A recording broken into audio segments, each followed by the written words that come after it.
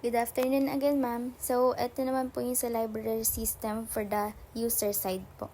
So, same lang po sa admin side. So, dito po yung list ng mga books na pwede po nilang i-borrow.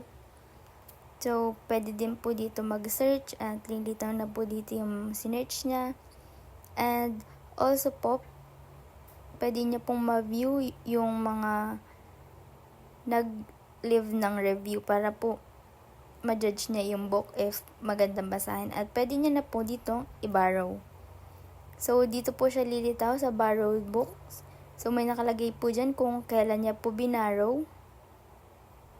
At pwede niya din pong i-return. May return button po. At nandito po yung notification, which is nagre-remind po kung kailan po dapat i-soli yung binarrow na book.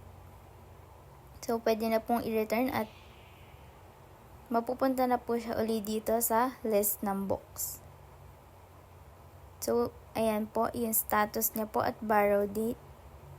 So, sa FAQ naman po, dito po makikita po yung mga kadalasang tinatanong ng mga student. So, if hindi naman po nila nahanap dito or nasagot yung tanong, so, pwede naman po silang mag-direct chat sa admin. So, ayan po, nakikita din po yung chat ng user, which is si Alexa po, at makakapag-chat po siya sa admin.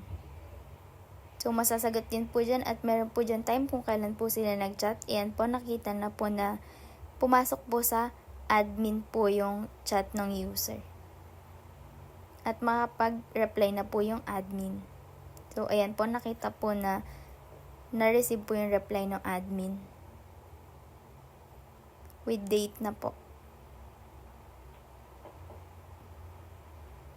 Yun lang po. Thank you po.